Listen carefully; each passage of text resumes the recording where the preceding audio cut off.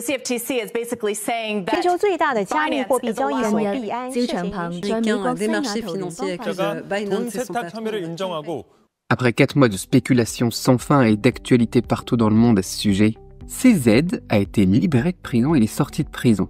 Et il est sorti d'ailleurs plus tôt que prévu. Initialement, il devait sortir dimanche 29, il est sorti vendredi 27. Pourquoi 2 jours plus tôt, vous me posez la question? Eh bien, je vais vous le dire, parce que tout simplement, il était prévu pour sortir le dimanche. Et aux États-Unis, bien souvent, quand on est prévu donc d'être libéré un dimanche ou un jour férié ou un samedi, eh bien, on est libéré le jour ouvrable précédent. Donc ici, c'était le vendredi en l'occurrence. Peu importe, revenons donc à CZ et profitons-en pour parler un petit peu de lui, de ce qui lui est arrivé, de ma petite théorie du complot, des opportunités qui vont arriver maintenant qu'il a été libéré, comment est-ce qu'on va pouvoir faire de la thune avec tout ça.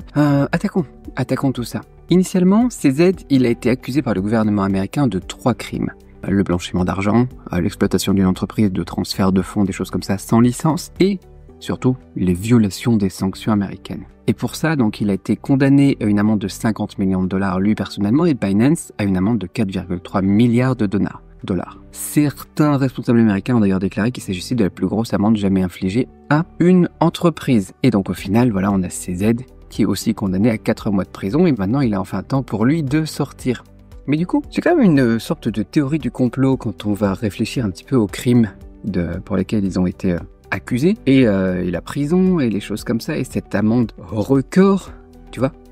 Ça paraît un petit peu bizarre parce que ces chefs d'accusation qu'ils ont mis ici, qui ont été retenus contre lui, c'est des chefs d'accusation en fait qui sont courants dans l'ensemble de la crypto, dans ce secteur de la crypto, parce que on parle d'exchange, on parle de plateformes décentralisées, on parle de crypto-monnaies, et ça c'est des choses qui sont utilisées eh bien pour échanger de l'argent et commettre des crimes ou faire des violations, peu importe l'exchange, peu importe les plateformes utilisées, et en fait c'est normal, en plus d'ailleurs avec la nature décentralisée de tout ça, c'est aussi normal. Mais il est fiat aussi, tu vois, des choses comme ça. Et pourquoi est-ce que, au final, les criminels qui utilisent tous les exchanges et tous les moyens possibles donc pour faire leurs crimes et compagnie, et les fiat aussi, pourquoi est-ce que on a que CZ qui a été embêté, tu vois?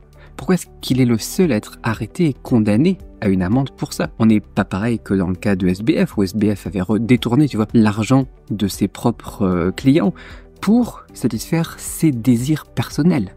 C'était désir égoïste, tu vois, il investissait, il achetait des choses pour lui, etc. Mais CZ, au final, qu'est-ce qu'il a fait de mal par rapport aux autres gérants d'exchange ou de banque ou de choses comme ça? Qu'est-ce qu'il a fait de mal à part être l'un des plus riches chinois, des chinois les plus influents, le chinois du coup qui est aussi PDG du plus gros exchange au monde? Pensez-y un petit peu et pensez aussi à l'attitude des États-Unis envers la Chine, à la façon dont ils ont essayé de bloquer les grandes entreprises à succès chinoises telles que TikTok, tels que Huawei, etc. Et là, on se dit, il n'y a pas grand-chose à dire en fait, mais on pourrait reprendre un vieux dicton chinois qui est, si vous voulez accuser quelqu'un, au final, on peut toujours trouver un prétexte. Et avec les lois américaines et tout ça, au final, on voit que c'est ce qu'ils font et je pense que c'est le cas ici. Mais quoi qu'il en soit, ça c'est ma théorie, vous me direz ce que vous en pensez, vous, dans les commentaires. Mais maintenant, voilà, il est sorti de prison, la plupart des gens dans la crypto, ils attendaient ça avec impatience parce que on est en plein sur de la spéculation. Qu'est-ce qu'il va faire après? Où est-ce qu'il va aller? Est-ce qu'il va y avoir des changements dans le marché? Je pense que c'est de ça qu'on doit parler aussi aujourd'hui. Donc analysons aussi ce qui va se passer maintenant. Et à la fin de la vidéo, je te donnerai aussi quelques prédictions sur des éventuelles opportunités, tendances, etc. qui pourraient arriver. Donc faites bien attention à tout ce que je vais vous dire. Du point de vue de CZ, il nous l'a dit par le biais de son avocat, il ne veut pas être interviewé. Donc on va pas forcément avoir de choses claires qui vont venir de lui directement aujourd'hui. Et je pense pas d'ailleurs que dans le futur proche, de toute façon, il va prendre des décisions ou émettre des opinions ou des choses comme ça claires, parce que lui-même déjà il a été contraint de démissionner de son poste de PDG de Binance, avec tout ce qu'ils ont, c'est dans l'accord en fait avec le gouvernement américain. Il n'a pas le droit de toute façon d'exploiter Binance, il en est interdit à vie, et en plus les États-Unis ils vont garder un œil sur lui, on s'en doute. Peut-être en rapport avec ce que je vous ai dit aussi. Comment est-ce qu'un Chinois qui a autant de pouvoir pourrait être autorisé à avoir de l'influence? Forcément. Donc, voilà, bien que lui soit toujours actionnaire et membre du conseil d'administration de Binance, je pense qu'il va rester discret. Je pense qu'il devrait rester discret. Quant à nous, comment est-ce qu'on fait du coup pour obtenir nos alphas, nos informations? Vaut mieux prêter attention à Rui. On en a parlé d'ailleurs dans l'actualité de la semaine, dans le Coin Hebdo il y a quelques jours. Et donc je pense qu'en fait c'est ce qu'il va faire, c'est qu'il va utiliser Rui pour transmettre ses idées et ses actions à tout le monde. Donc on va surveiller ça de très près. Et puis, si voilà, officiellement, il ne participe pas aux décisions de gestion de Binance. Qu'est-ce qu'il va faire publiquement? Donc, pour Binance, on a vu où est-ce qu'il fallait mettre notre intérêt. Maintenant, pour lui, qu'est-ce qu'il va faire? Est-ce qu'on peut avoir aussi des opportunités de son côté? Donc, je pense qu'il va y avoir deux choses. Une chose pas forcément très rentable, mais intéressante, et une autre chose qui peut être plus intéressante pour nous, financièrement parlant. La première chose, donc, qui est intéressante pour le monde, c'est que CZ, il a déjà exprimé son intérêt pour la philanthropie. Avant de partir en prison, il venait juste de lancer un projet qui s'appelle toujours d'ailleurs Giggle Academy, qui promet de créer des outils d'apprentissage gratuits, amusants et accessibles pour les enfants du monde entier. Donc là, je suis allé voir, c'est peut-être parce qu'il est justement allé en prison, il ne s'est pas passé grand-chose ces derniers temps là-dessus, mais on va sûrement avoir plus de détails qui vont faire surface dans les prochains mois vis-à-vis de ce projet et d'autres comme celui-là. Donc on va regarder ça parce que c'est bien pour le monde. Maintenant, pour tout ce qui est argent et opportunités, eh bien, on peut aller voir aussi justement ce qu'il va faire au niveau de ses investissements parce que c'est un milliardaire qui a de la puissance de frappe et de la puissance de conseil et donc il risque forcément d'aller investir dans pas mal de startups qui sont en rapport avec la blockchain, le Web3, la DeFi, l'intelligence artificielle, la biotechnologie, ce genre de choses. Donc forcément, on va pas le voir, je pense, dans des postes de PDG, juste un homme dans l'homme de l'ombre, dans pas mal de projets, mais si vous êtes intéressé, je pense que ça peut être intéressant justement de faire attention à voir où est-ce qu'il va mettre ses billes et envisager pour nous aussi de profiter des opportunités en fonction de là où va l'argent. Follow the money, c'est ce qu'on va faire nous et je vous partagerai ça si on voit des choses intéressantes qui arrivent. Et puis voilà, bon après, court terme bien évidemment, CZ, pour les gens de la crypto, tu vois, c'est Binance CZ. Que le gouvernement américain ne lui permette pas de faire quoi que ce soit, ou que lui-même ait déclaré qu'il n'avait pas l'intention justement de rester dans la crypto et les choses comme ça, on sait qu'il va garder son influence. Et maintenant qu'il a retrouvé sa liberté, je pense qu'aussi à court terme, on risque d'avoir une petite vague de petits tremblements de terre, de petite excitation dans le monde de la crypto. Donc qu'est-ce qui va se passer maintenant qu'il est libre? À court terme, je pense qu'on peut faire quelques prédictions aussi. Donc ce que je vous donne maintenant, c'est pas des conseils financiers, c'est pas des NFA quoi, c'est que mon opinion personnel. D'abord, ce que je pense qui va se passer dans les prochains jours, prochaines semaines, ça va être une grosse vague d'engouement pour les altcoins de manière générale. De toute façon, le retour des personnalités clés comme CZ, généralement, c'est catalyseur de confiance dans le marché. Et l'argent et les émotions, ça va forcément, encore une fois, monter en flèche, on va atteindre des nouveaux sommets et on va retrouver de la vitalité dans le marché. En particulier, du coup, dans tout ce qui sera en rapport avec Binance, ou la Binance Chain, la BNB Chain, la BSC, Binance Smart Chain. Et cela, il pourrait exploser rapidement. Des projets comme par exemple, j'ai pris quelques notes, on a Cake, XVS, Hook, qui ont des bonnes poules de liquidité et aussi des belles équipes derrière. Je pense que ça peut monter rapidement en flèche et attirer encore une fois sur le court terme des gros investisseurs, des gros flux en tout cas d'investisseurs. Ensuite, on aura aussi tout ce qui est meme coins.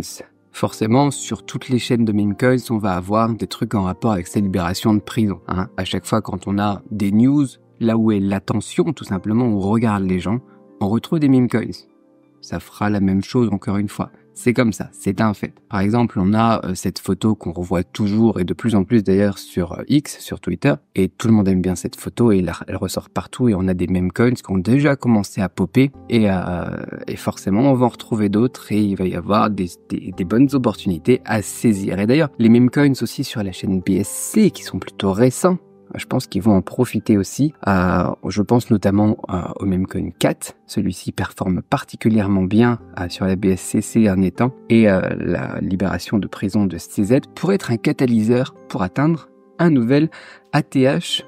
Mais même sans lui, je pense que ça va aller assez vite pour celui-ci. Ensuite, qu'est-ce qu'on a d'autre? On peut parler aussi un petit peu du futur de Binance sur peut-être un petit peu plus du moyen terme. À Binance, je pense qu'ils sont en train de se concentrer beaucoup plus sur les réseaux sociaux décentralisés, la communication décentralisée, la décentralisation et beaucoup aussi l'acquisition de nouveaux utilisateurs. C'est difficile à dire si c'est CZ qui est derrière ce switch, ce pivot vis-à-vis de la stratégie de la société, ou si ça vient de la nouvelle équipe qui gère Binance. Mais quand on regarde en fait les dernières actions, les dernières choses que Binance a fait récemment, on voit que tout est en train de tourner autour de la décentralisation, que ça soit l'intégration avec Telegram, donc on avait parlé aussi dans le Coin Hebdo, ou que ça soit donc Binance qui liste aussi pas mal de tokens de l'écosystème Ton, que ça soit aussi à Token 2049 à Singapour, là le sommet à Singapour, BNB.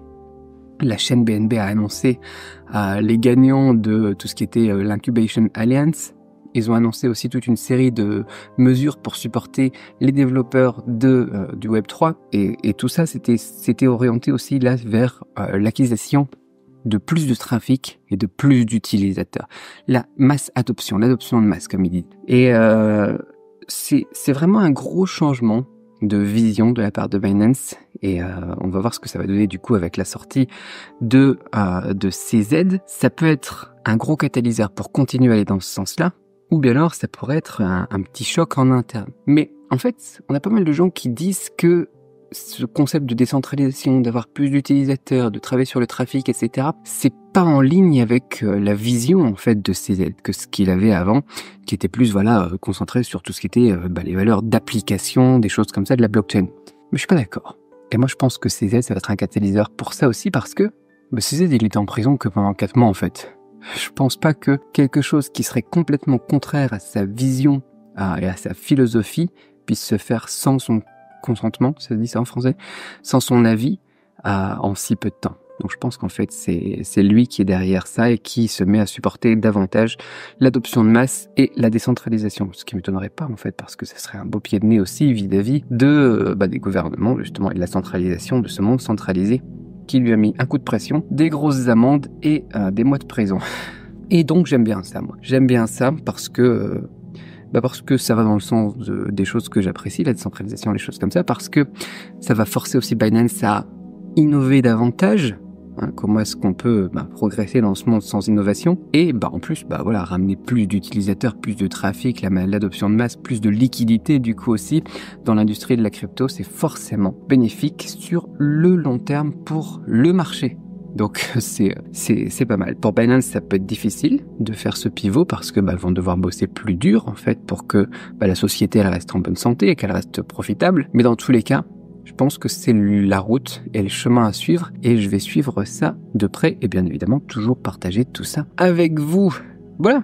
Voilà ma vision donc de ces événements, de Binance, de CZ, de tout ce qui s'est passé ici et de ce qui va arriver à court, moyen et long terme avec la sortie de prison de CZ maintenant que tout ça fait partie du passé.